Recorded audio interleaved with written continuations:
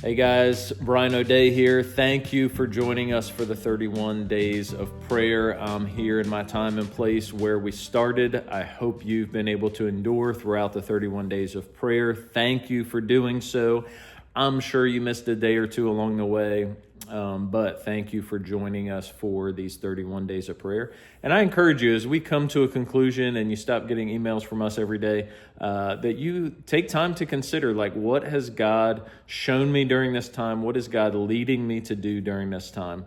I think specifically about you active duty guys. Some of you, God's going to use this season to call you to stay in the military and to double down on your commission to make disciples while you're in the military. I hope you saw that video a couple days ago from Levi and Melissa Hoffman, who considered transitioning out of the military life several years ago, but felt like God was calling them to stay in and to continue their military service, continue to make disciples in the military.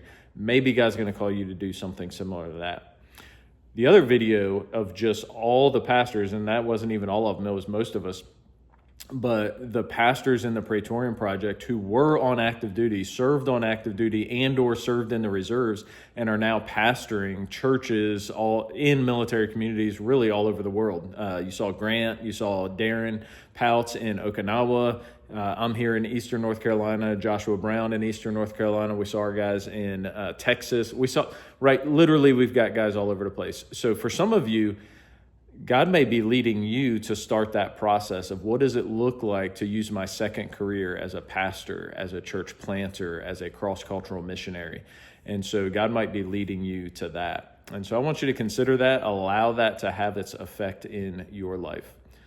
The other group of people is those who are being prompted and see that, hey, this is going to take a lot of work. As we go from just focusing on the Marine Corps to focusing on the entire United States military and planting churches in military communities all throughout the world, that's a big jump. I think for a long time we didn't realize how big a jump that is.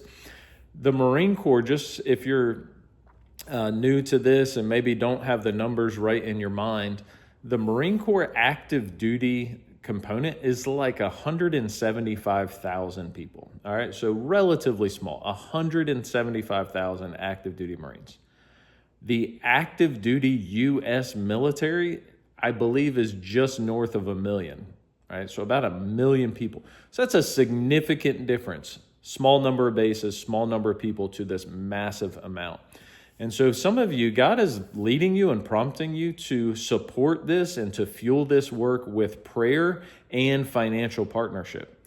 And I think so often when we think about praying for somebody, or something to happen, we assume we've done it when we haven't.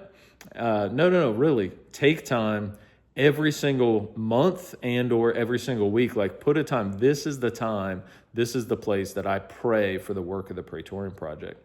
Similarly, when we talk about financially supporting things, we're usually thinking of like somebody else, like, man, that's going to take a lot of money. I assume somebody else is going to swoop in and do that. I assume somebody else is going to fuel that work with the resources God has provided them. But I want you to consider, what would God have you to give to see this effort multiplied to the ends of the earth? That's what we're trying to do. Jesus told his disciples in the book of Acts, you will be my witnesses in Jerusalem, Judea, Samaria, and to the end of the earth. How are we going to get the gospel to the end of the earth? One of the ways I'm convinced that God is doing it is taking the gospel to the military and then spreading the gospel through the military and beyond. Thank you guys so much for your time, energy, effort, prayers, and financial partnership through all this. We love you guys. I'm so thankful to be in partnership with so many of you.